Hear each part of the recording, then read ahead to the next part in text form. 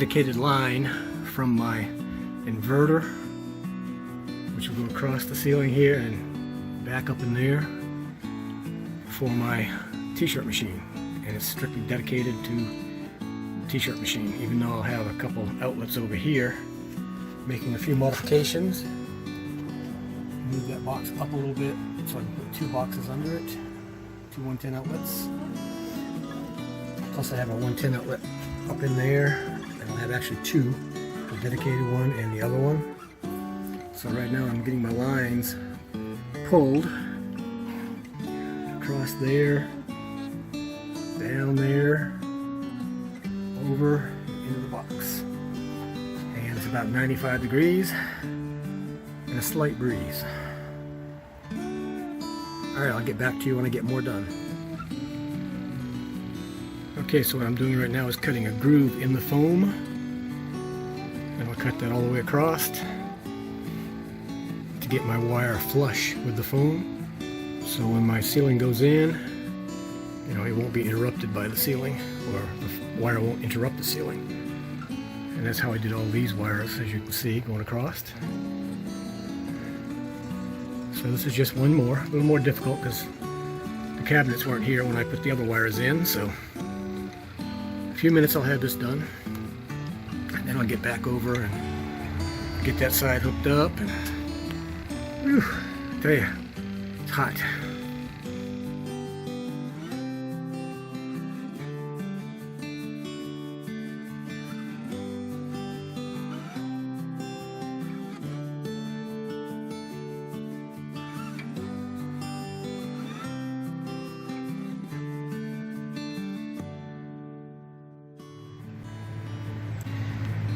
Getting more hooked up. My controller I got hooked up to the fuse, and then these wires will go down to the battery. This here is temporary from the battery. This is going up to the 12 volt. This is my AC/DC charger, which comes over here, down, across here, through here, and over to the battery. Then I've got it just set so I can plug it in when I need it, when I'm on shore power or generator. Let's see, that up there is pretty much done. Of course, I've got my 2000 watt converter. This one is a dedicated line going straight to my t-shirt machine, so I have nothing else on it. So if I'm using a t-shirt machine, which is 10 amps, 1650 watts, nothing will interfere with it. And I've got a second one here I'm going to bring out to another circuit. Got another circuit breaker here, and I've got that one up there. That top line here is just temporary for right now. I'm waiting on my 2 gauge to come in so I can hook up the batteries every place I need to be. And I'm waiting on another bus bar, a negative bus bar to come in, which will go right in here, and then I can run all my negatives to here that I want to,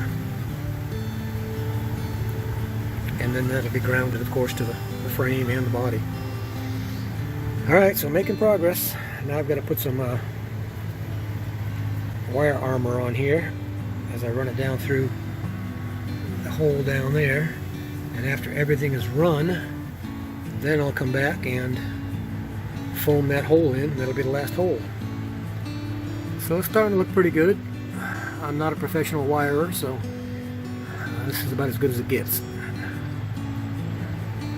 Oh, and I still got a on-off switch to put in, where it may go right up here, or it may come over here, or over here.